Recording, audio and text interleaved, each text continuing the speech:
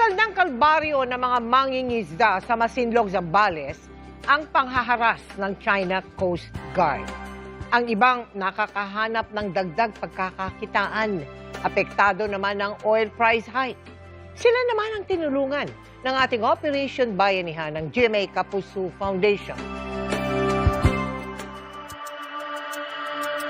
Taong 2012, nang makaranas ng panghaharas mula sa Chinese Coast Guard ang ilang mangingisda sa Scarborough Shoal o Bajo de Masinloc sa Zambales. Kabilang sa kanila, si Rolando. Dahil sa takot, hindi na siya pumapalaot ng malayo at lumiit din ang kita. Para may pandagdag sa pantusto sa pamilya, namamasada na rin siya ng tricycle. Wina-water cannon kami nala doon. Sa pangisda lang namin doon, ma'am, ng isang linggo, makakuha kami ng 4 na tulinada o 5 tulinada yan. Yung mga mamahalin na isda ang kinukuha namin doon. Pero panibagong dagok ang kanyang kinakaharap ngayon dahil sa pagmahal ng petrolyo. Doble ang tama sa kanyang kabuhayan. Ang dating kitang 500 piso sa pamamasada, naging 200 to 300 pesos na lang. Isang beses sa isang linggo na rin siya kung mangisda. Diesel po sa amin dito, nasa 133 o umabot na nga ng 150 yon.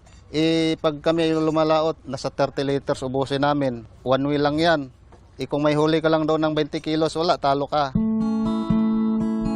Kaya sa ilalim ng Operation Bayanihan ng GMA Kapuso Foundation, nagtungo tayo sa Masinloc para maghatid ng food packs sa 6,200 na individual, kabilang ang mga mangingisda.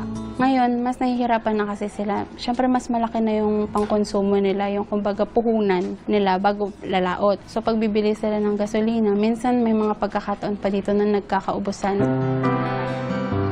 Nagatid na rin tayo ng tulong sa mga mangingisda ng Aurora at Camarines Norte.